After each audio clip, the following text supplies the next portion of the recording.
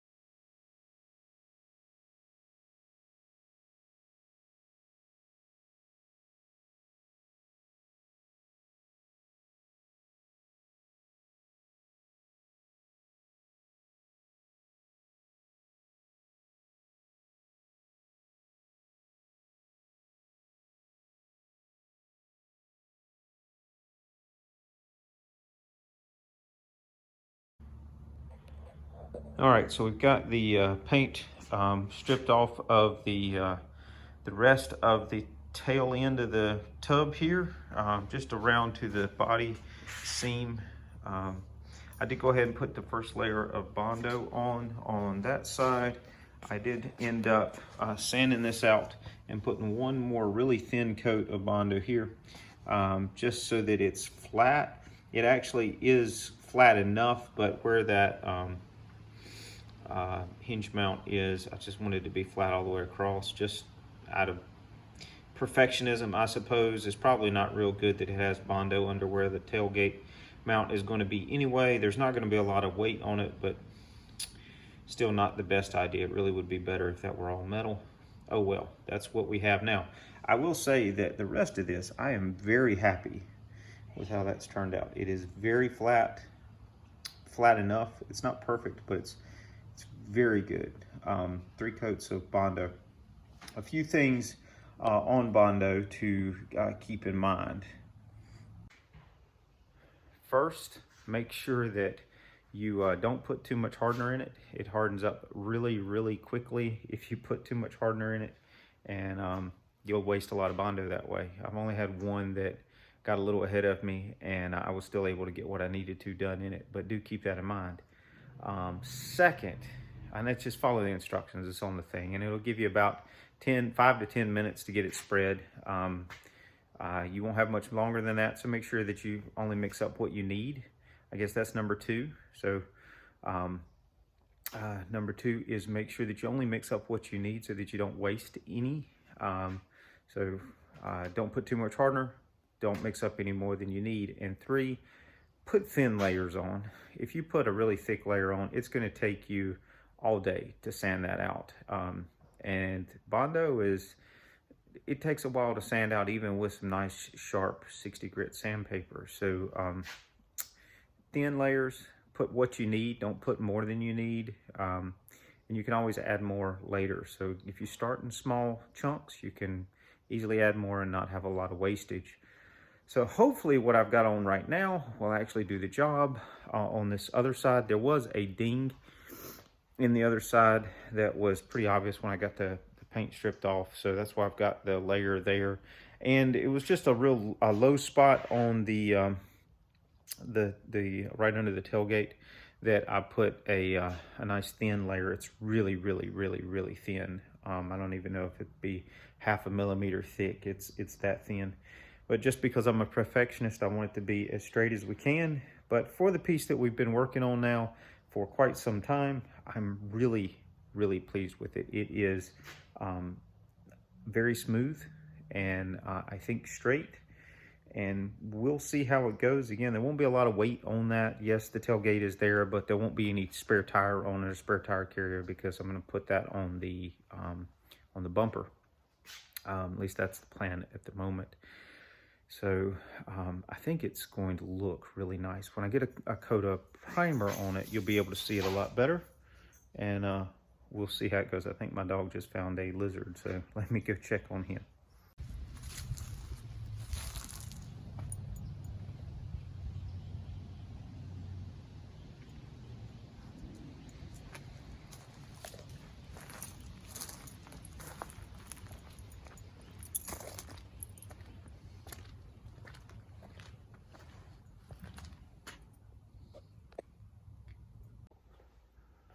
Poor guy doesn't seem like he's got enough to do, so he's chasing lizards around. We've got quite a few around here.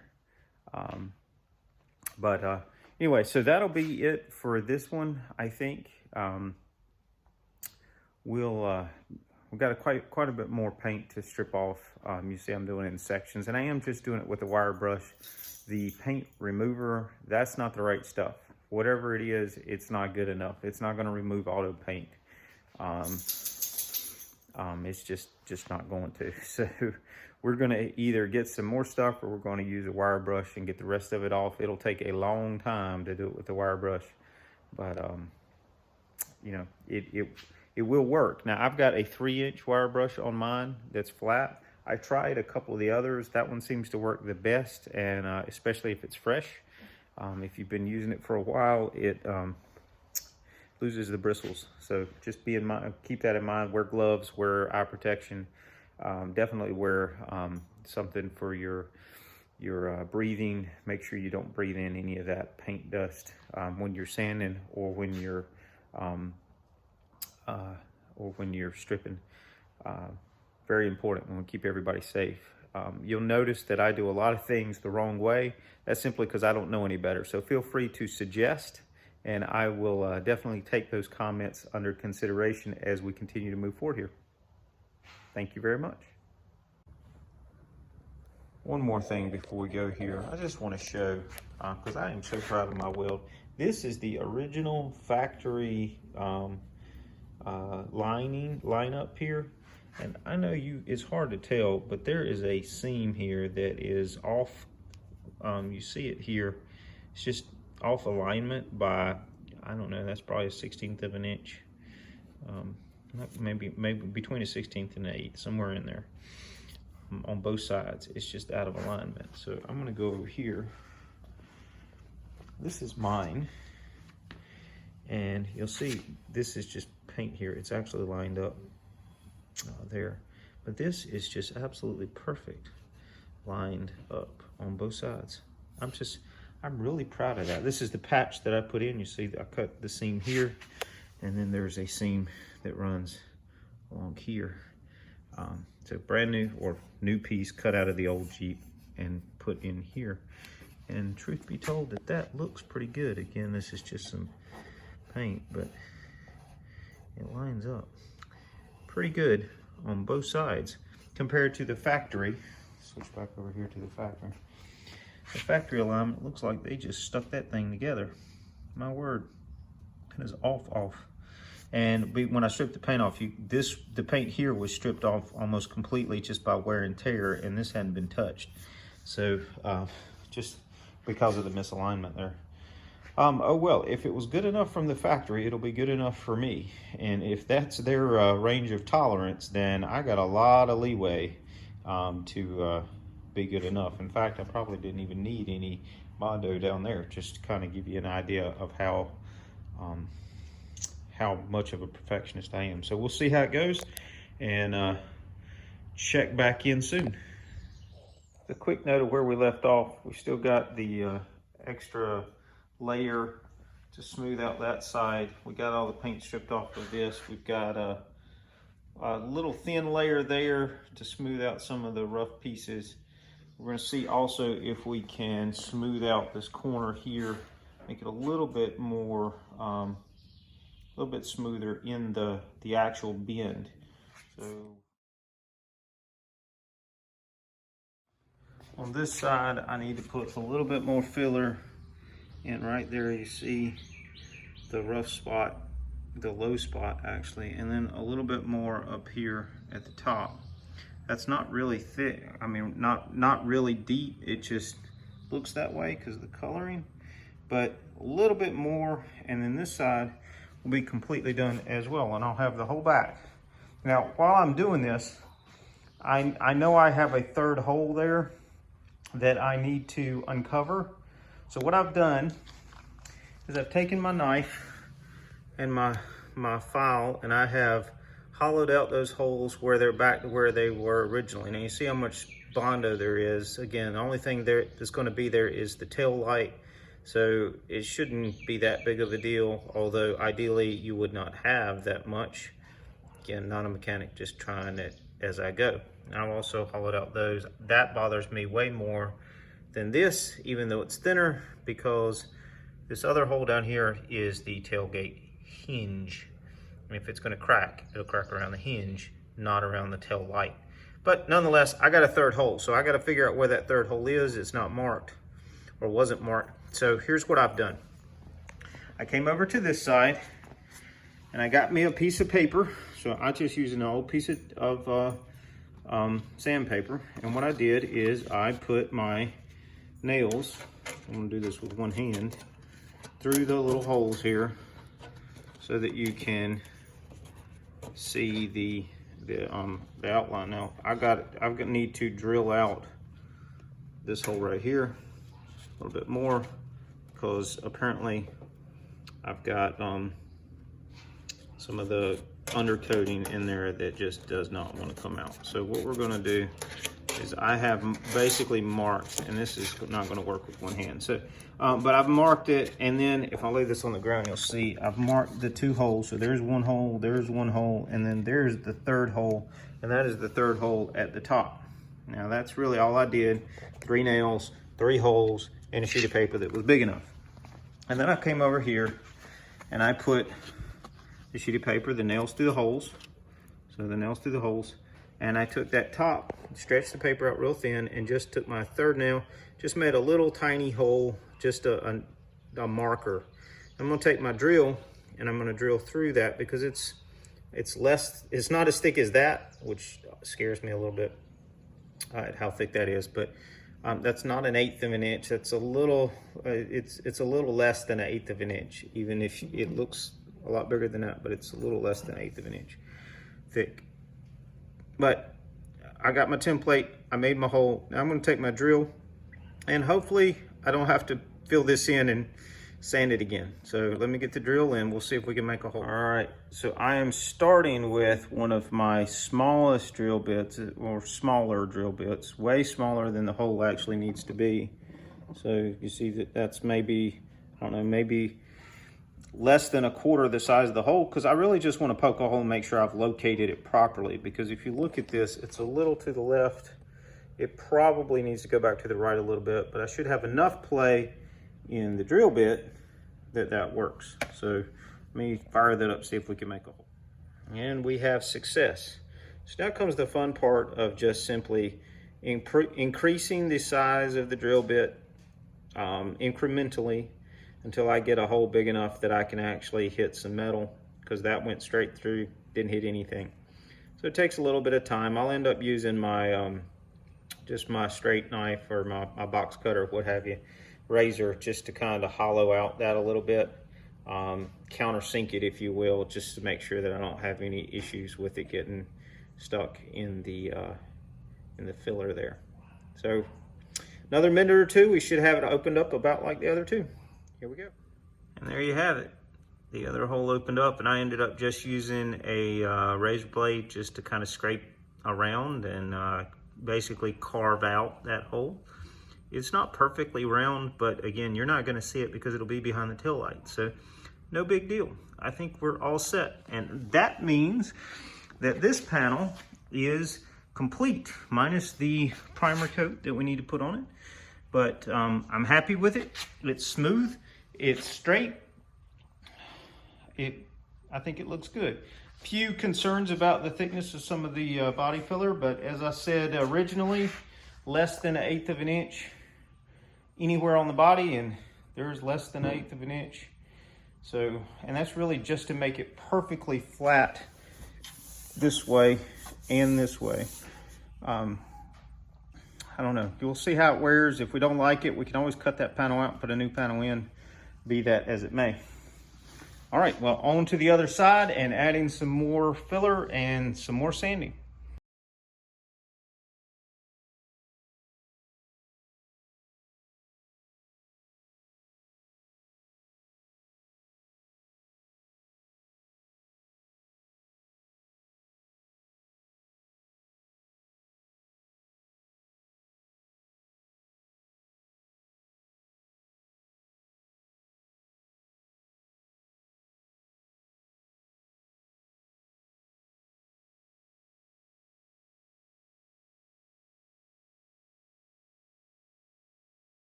All right, making progress on it. We got the first side pretty much done, and I think it looks good. We found one spot that's going to need a little bit more touching up with some grinding, cleaning, a little surface rust, but rust that we want to make sure we don't have any problems with in the future. So we'll get in there, get it treated, get it taken care of. Let me show you where we are right now. All right, so that is the first side. Now I have been using this wire brush on the end of my drill, and it is just a really thin, it's a 2-inch wire brush. I had to change it. I did the vast majority of this side with it, and I changed it about somewhere in there, right in the middle of that, to actually closer to the end, I guess. But nonetheless, just to get it cleaned up nice and neat. So we got that side. We got to do the same thing on the other side. Now, with the primer off of that, you can see the weld there that is holding that plate in. Again, not the prettiest thing in the world as far as beads go, but it's solid. You can bang it with a hammer. It's not going anywhere. So we'll put a little bit of body filler in there and make it straight. Now, the other place where we had rust that we found is right here in this very front corner. It's just really small, and I've gone over it with some acetone. I've sanded quite a bit of it out and gone over it with some acetone. That's probably okay. Around to this side, all of that dark, once it dries, will be rust again. So I'm gonna have to do something there. I probably will get in with a grinder and just grind that out, because there's plenty of metal there. But nonetheless, this is the point to why you take all of the paint off, to make sure that you got all of the problem areas dealt with, so that you don't have rust bubbling up through your paint. Now, also you saw the primer, you can see the little holes there. That is where I think a previous side step was. See, there's another hole that I just filled in with the weld. On the other side, there's a nut that's been cut off. But I'm not gonna use those holes. I'm just gonna weld the Nerf bars, whatever they're called, side steps, to the frame, so I won't need those holes. So I'm gonna clean all of that up. Minor amount of body filler that's gonna need to go on this side. That's the biggest spot there. And if I do it right, you won't even see that it ever happened, that hole, that cutout plate was ever there. So next up is dealing with the rust, and then getting on with the filler. And I'd like to go in and get the paint stripped off the rest of it. We still got the cowl to do. And this other side, same thing here. The whole other side still got to be stripped off. And then back here at the back are what we've already gotten done. So I've gotten from this seam here all the way around to the far side over there. I am not going to strip all the paint off inside. There's just no reason to do that, since I'm going to really do nothing more than just put some plastic, like bed liner type stuff in there. I'm not going to spend a whole bunch of time trying to make the paint look pretty on the inside, because most of it's either going to be under a seat, under a floor mat, potentially under carpet. All I want to do is just make sure that it's covered real good so that I don't have any rust. And there are a couple places, again, where there's just surface rust. So you see that there, some rust there. I assume that that's surface rust. I got to get in there and inspect a little bit more. There's the other side of that same hole right here. Anyway, so I've got some more to do. This is the firewall, just to clean up everything. But by and large, for the cost of this particular tub compared to a new one, a new tub costs, I think, $4,000, $4,500. This one costs, I don't know, $200 or $300. Not that big of a deal. I traded some parts as well to that same guy to get some other stuff that I needed. So I think I am doing all right. In all honesty, I think we're doing just fine. So progress is made. More to come.